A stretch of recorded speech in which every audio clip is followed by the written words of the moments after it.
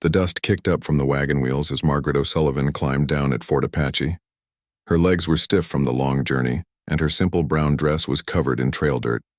She carried everything she owned in one small carpet bag, not much for 28 years of living. The year was 1885, and the Arizona Territory was still rough country. Most women Margaret's age were already married with children, but here she stood alone and unwanted, sent west by a father who had finally given up hope of finding her a husband back home in Missouri. "Maybe the frontier will be different," he had said, not meeting her eyes. "Maybe out there someone will see your good qualities." Margaret knew what he really meant. Back home, she was the tall girl who read too many books. The one with hands rough from farm work instead of soft from needlework. The one who spoke her mind when ladies were supposed to stay quiet. Her younger sisters had married years ago, leaving Margaret to care for aging parents who saw her as their burden. Her brother Thomas was waiting at the fort. Captain O'Sullivan looked uncomfortable as he greeted her. His wife stood beside him, a pretty woman with perfect posture and a tight smile. "Margaret," Thomas said stiffly, "welcome to Fort Apache. Elizabeth will show you to your quarters." Elizabeth O'Sullivan looked Margaret up and down, taking in her simple clothes and weathered hands. "You'll be staying in the small room behind the main house," she said. "We've arranged for you to teach the children. It's suitable work for someone in your position." The words stung, but Margaret was used to such treatment. She had learned long ago that her worth was measured by what she lacked. No husband, no children, no delicate beauty that men seemed to prize. The fort was a busy place.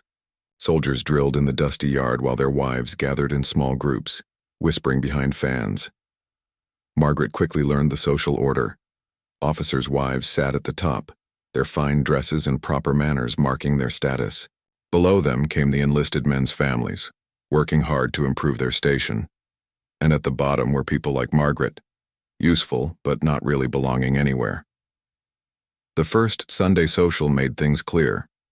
Margaret wore her best dress, the blue one her mother had made for her sister's wedding. She had altered it to fit her taller frame, but it still looked homemade among the store-bought gowns of the other women.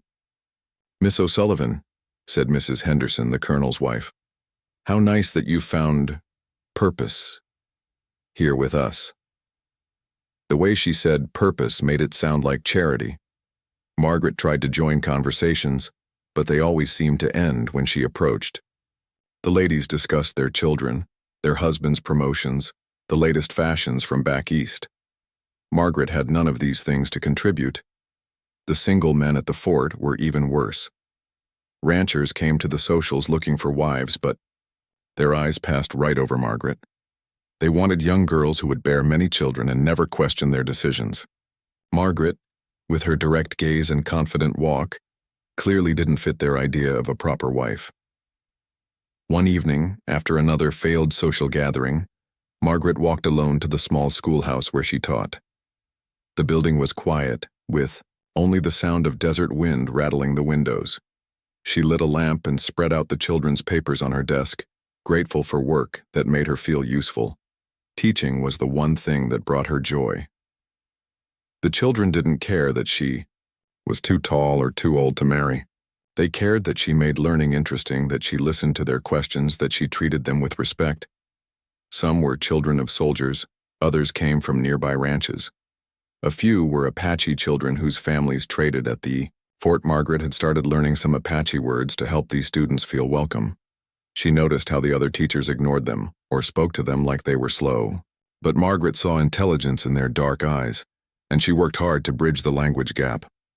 As she graded papers that night, Margaret felt the familiar weight of loneliness settle on her shoulders. She was 28 years old and had never been courted, never been kissed, never had a man look at her with desire or even interest. The years stretched ahead of her. More of the same loneliness, more polite rejection, more whispered conversations about the poor spinster who would never find a husband.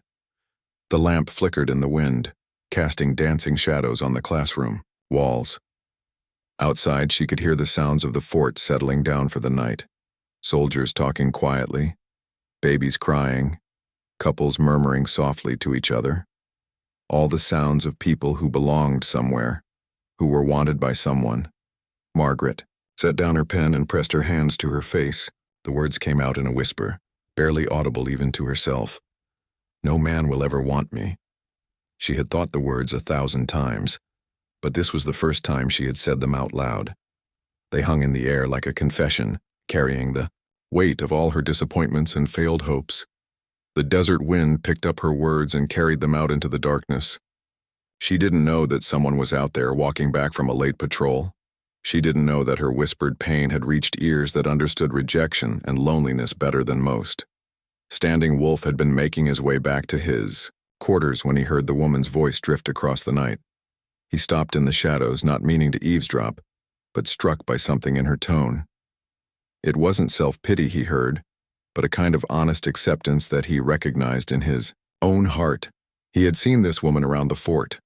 She was the teacher who treated Apache children with kindness when others barely tolerated them. She was tall for a woman, with brown hair that caught the light and hands that moved with purpose when she spoke. He had noticed how she walked, straight-backed and confident despite the way others treated her.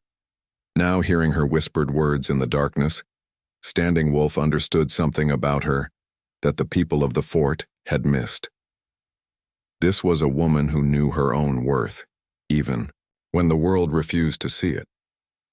This was someone who faced rejection with dignity rather than bitterness. He stood in the shadows for a long moment, watching the lamplight in the schoolhouse window.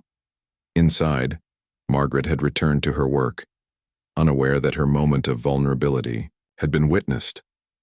She graded papers with careful attention, wrote encouraging notes to struggling students, and planned lessons that would make learning exciting for children who often felt overlooked.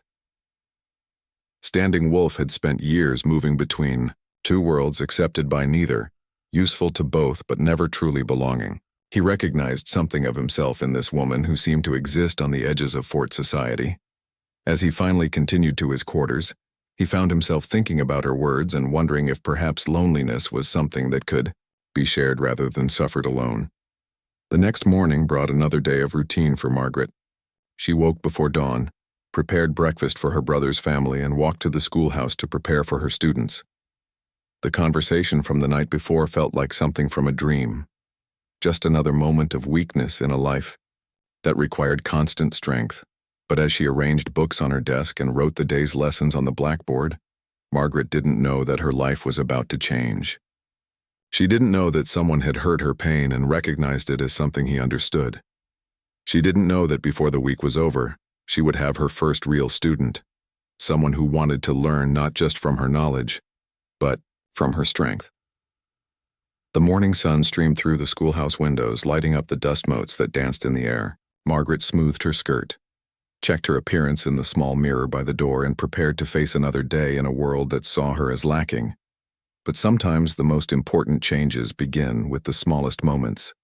A whispered confession, in the darkness, heard by someone who understands that being unwanted by many can mean nothing when you finally meet the right one. Standing Wolf pulled his horse to a stop at the edge of Fort Apache as the first light of dawn painted the desert sky pink and gold. He had been riding since midnight, returning from a 3-day patrol along the border between Apache territory and the growing settlements of white ranchers. His job was to prevent trouble before it started, a task that required him to think like both an Apache warrior and a U.S. Army scout. At 35, Standing Wolf had lived through more changes than most men see in a lifetime. He remembered being a child in the Chiricahua Mountains, when his people moved freely across the desert and his biggest worry was learning to track deer with his grandfather. Those days felt like stories from another life now. The Apache Wars had changed everything. When he was 20, Standing Wolf had faced an impossible choice. His band was scattered, some fighting a war they couldn't win, others dying slowly on reservations that felt like prisons. Standing Wolf chose a third path, one that made him useful to both sides but trusted by neither. He became a scout for the U.S. Army, using his knowledge of Apache ways to prevent conflicts rather than create them. It was honest work, even if it earned him suspicious looks from both Apache warriors and white soldiers. His Apache relatives saw him as a traitor who worked for their enemies. The soldiers saw him as a necessary tool but never as an equal. The arrangement had saved lives on both sides, but it had cost Standing Wolf his place in the world. He lived in quarters at the fort, but wasn't really part of military life. He visited Apache families on the reservation but was no longer completely one of them. He existed in the space between two worlds, belonging fully to neither. As he rode through the fort's gates that morning, Standing Wolf was thinking about the woman's voice he had heard the night before. Her words, "No man will ever want me," had stayed with him through 3 days of desert patrol. There had been something in her tone that he recognized, a kind of honest sadness that came from accepting a painful truth. He had been watching this woman for weeks without really meaning. 2. She was the teacher who worked in the small schoolhouse, the one who spoke gently to Apache children when they came to the fort with their families. Standing Wolf had noticed how she treated these children, not with the fake kindness that many whites showed, but with real respect and interest. She was different from the other women at the fort, taller for one thing, and she moved with a confidence that seemed to make others uncomfortable. Standing Wolf had seen her walking alone in the evenings, always carrying books or papers, always busy with some purpose. The other women traveled, in groups whispering and giggling, but this one seemed content with her own company. Her name was Margaret O'Sullivan. He had learned this from listening to conversations around the fort. She was the captain's sister, an unmarried woman who had come west to keep house and teach children. The soldiers' wives treated her politely but distantly, and Standing Wolf had noticed how their conversations quieted when she approached. He understood what it meant to be useful but not wanted, to serve a purpose without being truly valued. This understanding had been growing in him as he watched her navigate the social world of the fort with dignity, despite the subtle rejections she faced daily. That morning, as Standing Wolf unsaddled his horse and prepared his report for Captain O'Sullivan, he made a decision that surprised even himself. For years he had kept to the edges of fort life, doing his job well but avoiding unnecessary contact with the white community. But something about the teacher's whispered words had touched a place in his heart that he thought had grown cold. He would find a reason to talk to her. The opportunity came sooner than expected. As Standing Wolf walked past the schoolhouse on his way to deliver his patrol report, he heard children's voices inside. Not the usual English lessons, but something different. He paused near an open window and listened. Margaret was trying to teach a young Apache girl how to pronounce English words, but the child was struggling and growing frustrated. Without thinking, Standing Wolf found himself speaking through the window in Apache, explaining to the child that English sounds were different from Apache sounds, and that it would take time to learn. The little girl's face lit up when she heard her own language, and Margaret turned toward the window with surprise. When she saw Standing Wolf standing there, her cheeks colored slightly. "I'm sorry," she said quickly. "I didn't mean to interrupt your conversation with. I was just trying to help her with the pronunciation." Standing Wolf studied her face. Up close, he could see intelligence in her brown eyes and kindness in the way she had been working patiently with the struggling child. Her voice was gentle but not weak, and she looked directly at him instead of avoiding his gaze like most fort women did. "You speak Apache?" he asked in English, keeping his voice neutral. "A little," Margaret admitted. "I've been trying to learn some words to help the children, but I'm sure I make many mistakes." Standing Wolf nodded toward the little girl who was watching their conversation with wide eyes. "Her name is Morningbird. She understands more English than she can speak. Fear makes the words stick in her throat." Margaret looked at the child with new understanding. "Fear? When children are afraid of making mistakes, learning becomes harder," Standing Wolf explained. "She needs to know it's safe to try." For the next few minutes, Standing Wolf helped translate between Margaret and Morningbird. He watched Margaret's teaching methods with growing respect. She was patient without being condescending, encouraging without being false. When Morningbird finally managed to pronounce a difficult English word correctly, Margaret's smile was genuine and bright. After the other children had been dismissed for the day, Standing Wolf found himself still standing by the schoolhouse window. Margaret was organizing papers on her desk, and he could see the careful attention she gave to each student's work. "Thank you for helping with Morning Bird," she said without looking up. "I've been worried about her. She seems so quiet compared to the other children." "Apache children learn by watching first, speaking later," Standing Wolf explained. "In our way, silence is not always fear. Sometimes it is wisdom." Margaret looked up at him then, really looked at him. Would you mind teaching me more about that? About Apache ways of learning? I want to be a better teacher for all the children." The request surprised him. Most whites assumed their way was the only right way, and never thought to ask about Apache customs. But this woman was different. She genuinely wanted to understand. "I could teach you some things," Standing Wolf said carefully, "if you think it would help." "I do think it would help," Margaret said firmly. "When would be a good time?" Standing Wolf considered. He had reports to write and equipment to maintain, but something about this woman's earnest desire to learn made him want to help her succeed. "Tomorrow evening after the children go home. If you want to learn Apache ways, I can show you." Margaret smiled then, the first truly happy smile Standing Wolf had seen on her face. It changed her entire appearance, making her look younger and more alive. "Thank you," she said. "I'll be here." As Standing Wolf walked away from the schoolhouse, he found himself thinking about that smile. For years, he had felt like a man caught between worlds, never quite fitting anywhere. But for a few minutes in that schoolhouse, talking with a woman who wanted to understand rather than judge, he had felt something he hadn't experienced in a long time.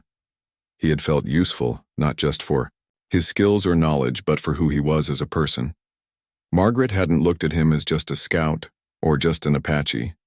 She had looked at him as someone who could help her become better at something she cared about. That night, as Standing Wolf wrote his patrol report by lamplight, he kept thinking about their conversation. He thought about her patience with the struggling child, her willingness to admit her own limitations, her genuine desire to learn. These were qualities he respected in anyone, but they seemed especially rare among the people who lived at the fort.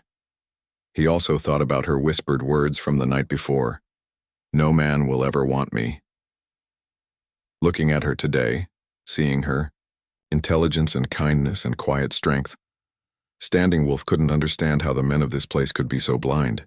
But then again, he had learned that many people saw only what they expected to see. Maybe, he thought as he sealed his report, this woman needed someone who could see what was really there instead of what was missing. Maybe they both did. The next evening couldn't come soon enough. The next evening, Margaret found herself nervous as she waited in the schoolhouse. She had spent the day wondering if Standing Wolf would actually come, and if he did, what exactly she had gotten herself into. Teaching Apache children was one thing, but sitting down to learn from an Apache man was something entirely different in the social world of Fort Apache.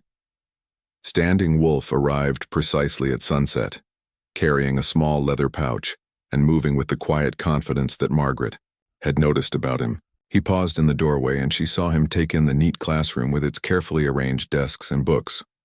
"You want to learn Apache ways of teaching?" he said without wasting time on small talk. "First, you must understand that Apache children learn differently than white children." Margaret pulled out a chair for him, but Standing Wolf shook his head gently. Instead, he sat cross-legged on the floor and gestured for her to do the same. Margaret hesitated for only a moment before settling down across from him, grateful that her simple work dress allowed for such informal seating. "Apache children learn by doing, by watching, by listening to stories," Standing Wolf continued. "We don't put children in rows and make them repeat words like birds. We teach them to think." For the next hour, Standing Wolf showed Margaret techniques that were completely different from anything she had learned in her formal training. He taught her hand signs that could help children understand concepts without words. He showed her how to tell stories that carried lessons within them.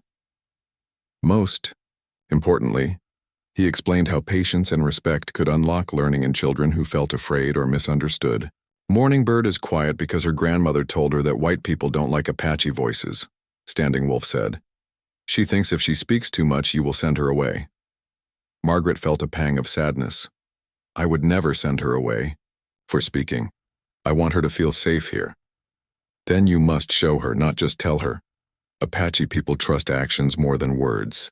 As the lessons continued over the following weeks, something unexpected began to happen. Standing Wolf had come to teach Margaret about Apache ways, but she began teaching him as well.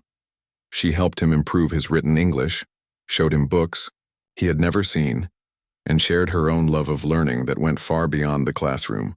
You read many books, Standing Wolf observed one evening as he watched Margaret organize her small library. In Apache way, knowledge comes from elders, from experience. But books hold knowledge from people who are dead, from places far away. Margaret picked up one of her favorite novels. Books let me travel to places I'll never see, understand people I'll never meet. They make the world bigger. Standing Wolf considered this. His own education had been practical, tracking, hunting, understanding weather and seasons and the movement of animals. But watching Margaret's face light up as she talked about ideas and stories, he began to see that there were different kinds of wisdom. Would you teach me to read these books better? He asked one evening. I can read simple words, but these books use many words I don't know. Margaret's face brightened. I would love to teach you. What kind of stories interest you? And so their evening meetings took on a new dimension. Standing Wolf would arrive after sunset, and they would spend time working on both Apache teaching methods and English literature. Margaret learned about Apache creation stories, about the sacred mountains and the meaning of different animals in Apache culture. Standing Wolf discovered the worlds contained in books, adventures and romances and ideas that expanded his understanding of human nature. As autumn turned to winter, their conversations grew deeper and more personal. Standing Wolf told Margaret about his childhood in the mountains, about the difficult choice he had made to become a scout, about the loneliness of living between two worlds. Sometimes I think I belong nowhere, he said one cold evening as wind howled around the schoolhouse. Apache people see me as traitor. White people see me as useful but not equal. I am man without tribe. Margaret understood that feeling more than he knew. I've felt that way my whole life, she admitted. Too tall for a woman, too outspoken for a lady, too old to be wanted. I exist on the edges of things. But you have value, Standing Wolf said, looking at her directly. You make children feel safe to learn. You work to understand people different from yourself. These are good things. Margaret felt warmth spread through her chest. When was the last time someone had told her she had value? When had anyone looked at her qualities as strengths rather than flaws? You have value too, she said quietly. You prevent wars. You help people understand each other. You make peace where there could be conflict. They sat in comfortable silence for a moment, both thinking about how rare it was to be truly seen and appreciated for who they were, rather than judged for who they weren't. As winter deepened, Margaret began to notice changes in herself. She found herself looking forward to evening lessons with an excitement she hadn't felt in years. She caught herself thinking about Standing Wolf during the day, remembering something funny he had said, or wondering what he would think about a book she was reading. More importantly, she began to see herself differently. When Standing Wolf looked at her, she didn't see judgment or disappointment in his eyes. She saw respect, interest, and something else she was almost afraid to name. Through his eyes, her height made her dignified rather than unfeminine. Her directness was honesty rather than rudeness. Her intelligence was attractive rather than threatening. Standing Wolf was experiencing his own changes. For years he had moved through life with careful control, never allowing himself to become too attached to any place or person. But Margaret was different from anyone he had known. She combined strength with gentleness, intelligence with humility, independence with kindness. When she smiled at him after successfully pronouncing a difficult Apache phrase, he felt something warm and unfamiliar in his chest. When she listened to his stories about Apache traditions with genuine fascination, he felt valued in a way that had nothing to do with his usefulness as a scout. One evening in December, Margaret made a confession. that surprised them both. "I used to think books were enough," she said as they sat by the schoolhouse stove sharing warmth against the winter cold. "I thought if I could just learn enough, read enough, understand enough, I wouldn't need other things." "What other things?" Standing Wolf asked, though he suspected he knew. "Companionship, understanding, someone to share thoughts with." Margaret looked down at her hands. "I told myself that wanting those things was weakness, that strong women should be satisfied with their work and their books."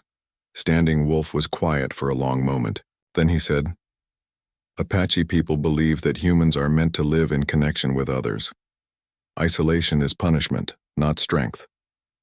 "Is that why you agreed to teach me?" Margaret asked. "Because you understood isolation?" Standing Wolf met her eyes. "At first, yes, but now—" He didn't finish the sentence, but Margaret heard the unspoken words anyway. Now it was something more. Now they both looked forward to these evening meetings, not just for the learning, but for the connection. Now they both felt less alone in the world. The people of Fort Apache had begun to notice their regular meetings, and Margaret could feel the weight of their disapproval. Officers' wives whispered when she passed. Even her brother Thomas had made pointed comments about the appropriateness of her association with that Apache. But for the first time in her life, Margaret found that she cared less about others' opinions than about her own happiness. Standing Wolf brought out parts of herself she had never known existed. With him, she felt beautiful, intelligent, and valued. With him, she felt like the woman she had always hoped to become. Standing Wolf was facing his own social pressures. Some of the Apache families on the reservation questioned his friendship with a white woman. Army officers who had once treated him with professional respect now watched him with suspicion. But when he sat in that schoolhouse in the evening, learning about new worlds through books while sharing the wisdom of his own culture, Standing Wolf felt more complete than he had in years. Margaret didn't just tolerate his Apache heritage, she celebrated it. She didn't just use his knowledge, she respected the culture it came from. As winter gave way to spring, both Margaret and Standing Wolf realized that what had begun as simple lessons had become something much deeper. They had found in each other not just teachers and students, but kindred spirits who understood the pain of being different and the strength that could come from that difference. Neither spoke directly about the feelings growing between them, but both felt the change. Their hands lingered when passing books. Their conversations grew more intimate. Their comfortable silences spoke louder than words. They were falling in love, even though both knew that such love would face challenges that could destroy them both. In 1885, Arizona Territory, an Apache man and a white woman who dared to care for each other were crossing lines that society would not tolerate. But as spring brought new life to the desert around Fort Apache, Margaret and Standing Wolf discovered that some connections are strong enough to overcome any obstacle, if two people are brave enough to fight for them. Spring brought both hope and trouble to Fort Apache. Margaret's evening lessons with Standing Wolf had continued through the winter months, and their friendship had deepened into something that both thrilled and terrified her. She had never felt so understood, so valued, so completely herself with another person, but she had also never felt so watched. The whispers had started small, officers' wives commenting on how much time the spinster teacher spent with that Apache scout. But as weeks passed, the whispers grew louder and more pointed. Margaret began to notice how conversations stopped when she entered a room, how invitations to social gatherings mysteriously stopped coming. Standing Wolf was facing his own challenges. Some of the Apache families who had begun to trust him were now questioning his loyalty.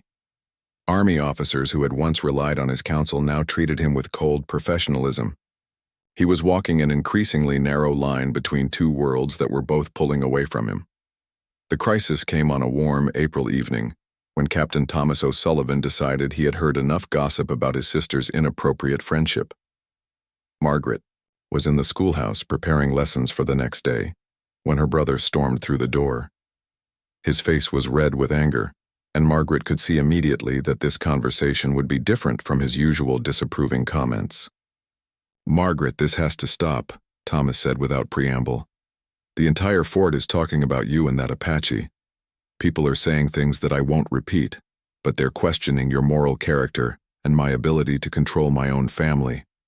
Margaret set down her pen carefully, trying to keep her voice steady. Standing Wolf is my friend, Thomas. He's helped me become a better teacher.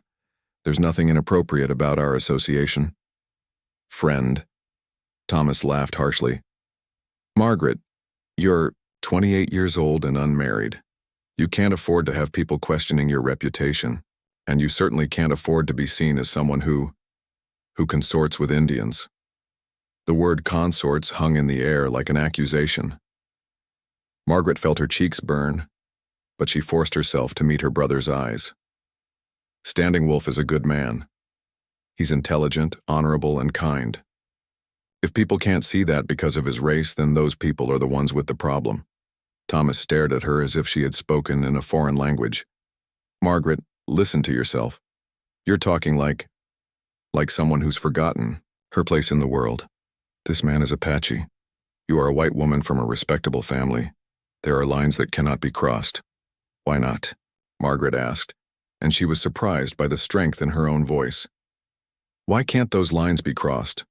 What law says that two people who respect and care for each other can't be friends? Because it's not natural, Thomas exploded. Because it's not the way things are done.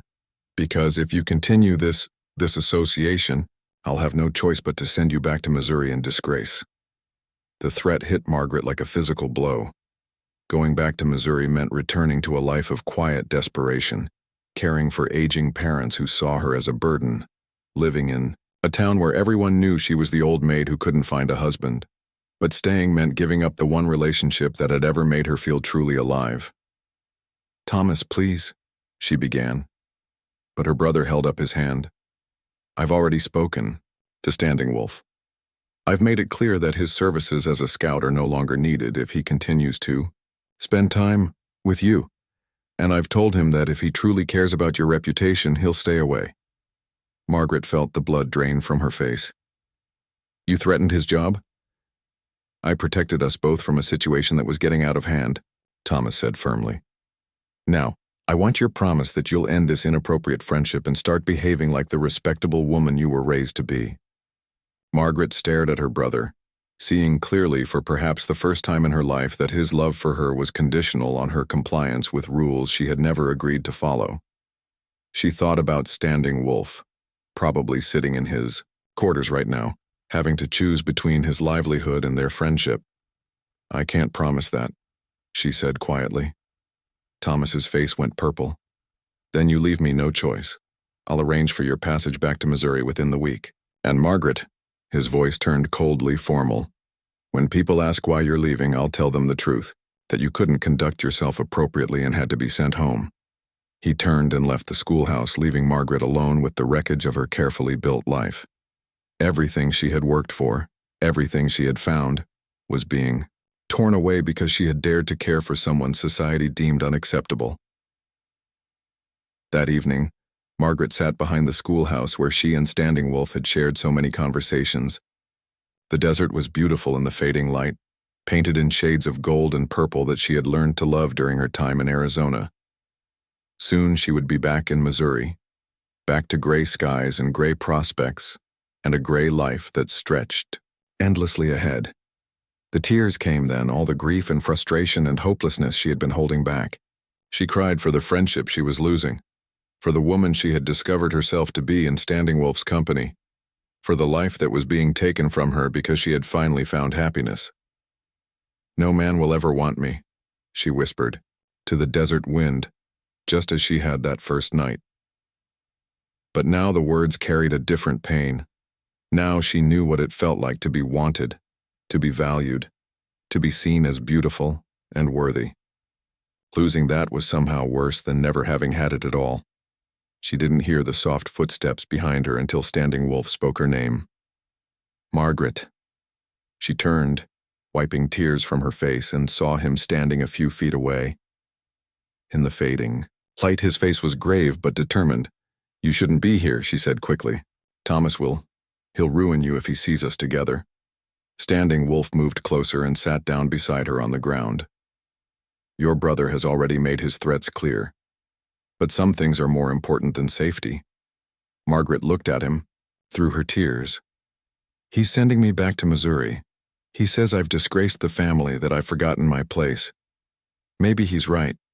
Maybe I was foolish to think that someone like me could ever— Stop, Standing Wolf said firmly. You are going to say that no man will ever want you, but I will not let you speak those words again. Margaret stared at him. But it's true. Look what's happened. Even friendship with me has cost you your position, your standing. What man would want someone who brings nothing but trouble? Standing Wolf was quiet for a long moment, looking out at the desert that had shaped his entire life. When he spoke, his voice was steady and sure. In Apache tradition, a man proves his feelings not with pretty words but with commitment. He shows his devotion through his willingness to face hardship for the woman he loves. Margaret's heart stopped. Standing Wolf. He turned to face her fully, taking her hands in his. You think no man will ever want you because the men of this place are blind. They see only what you are not young enough, not quiet enough, not small enough to make them feel powerful. They cannot see what you are. What am I? Margaret whispered. You are intelligent enough to learn new ways of thinking. You are brave enough to defend what you believe is right. You are kind enough to make frightened children feel safe. You are strong enough to stand alone when others abandon you. His hands tightened on hers.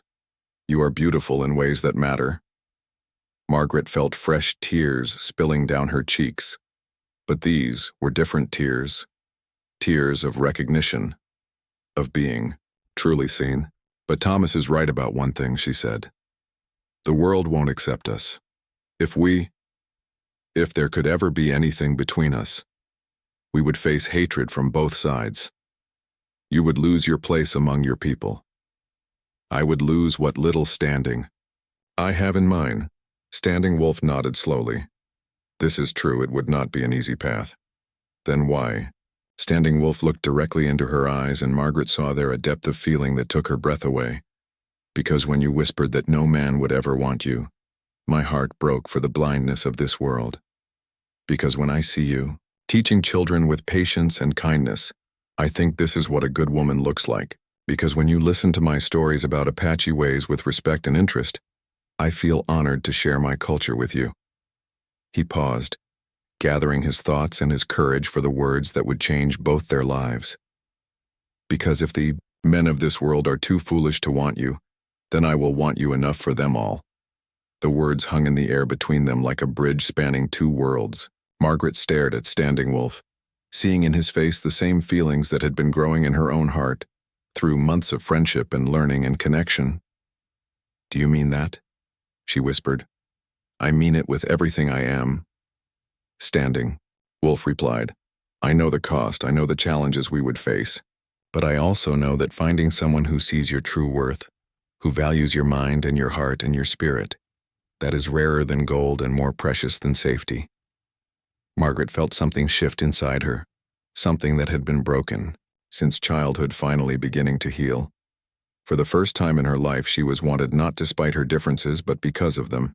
She was valued not for what she could pretend to be, but for who she truly was.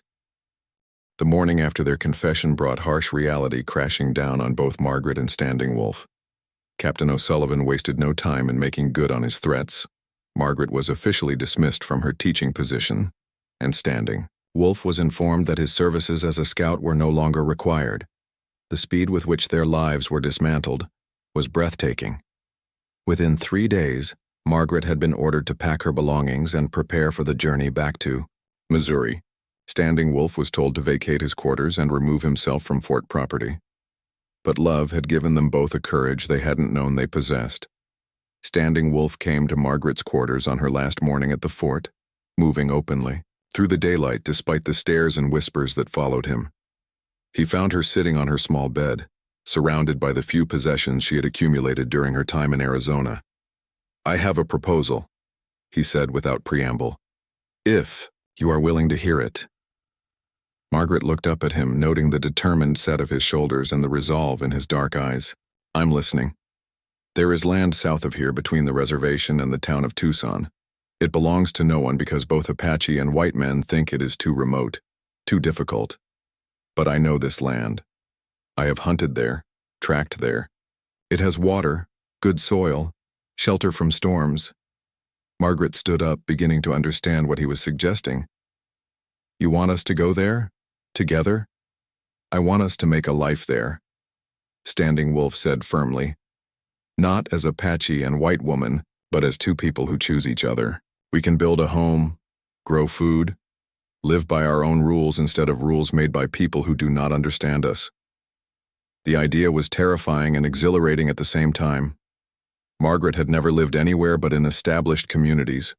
Never imagined surviving without the structure of society around her. But she had also never imagined feeling the way Standing Wolf made her feel, valued, understood, truly alive. It would be hard, she said slowly.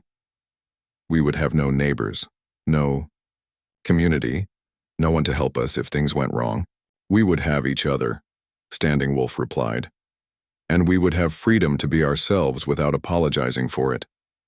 Margaret thought about the alternative, returning to Missouri to live as a disgraced spinster, always knowing that she had given up love for the approval of people who had never truly accepted her anyway. When she looked at it that way, the choice became clear. Yes, she said simply. Yes, I'll come with you. Standing Wolf's face broke into the first smile she had seen from him since their troubles began. Then we leave today before your brother can stop us. They were married that afternoon by a circuit preacher in the town of Wilcox, a man who asked no questions as long as his fee was paid. Margaret wore her blue dress, the same one she had worn to that first, disastrous social at the fort. But this time, when Standing Wolf looked at her in it, she felt beautiful. The preacher stumbled over the words, clearly uncomfortable with the unusual pairing, but Margaret and Standing Wolf barely heard him. They were looking at each other, making promises with their eyes that went far deeper than the simple ceremony. By evening, they were traveling south toward the land Standing Wolf had described, their few possessions loaded on a wagon he had purchased, with his saved wages. As Fort Apache disappeared behind them, Margaret felt simultaneously terrified and liberated. The first months of their marriage were the hardest either of them had ever lived through. The land Standing Wolf had chosen was beautiful but unforgiving. They built their first shelter from adobe bricks and brush, working side by side under the desert sun until their hands were cracked and their backs ached. Margaret learned skills she had never imagined needing: how to preserve food without ice, how to treat illness with dessert plants, how to conserve water during dry spells. Standing Wolf taught her to read the weather and cloud formations and animal behavior, to find direction by the stars, to move quietly through landscape that could hide both beauty and danger. But they also learned about each other in ways that their careful courtship at the fort had never allowed. Margaret discovered that Standing Wolf sang while he worked, ancient Apache songs that spoke of connection to the land. Standing Wolf learned that Margaret's mind never stopped working, always finding new solutions to old problems, always curious about how things worked and why. More importantly, they learned that their love could survive not just social disapproval, but actual hardship.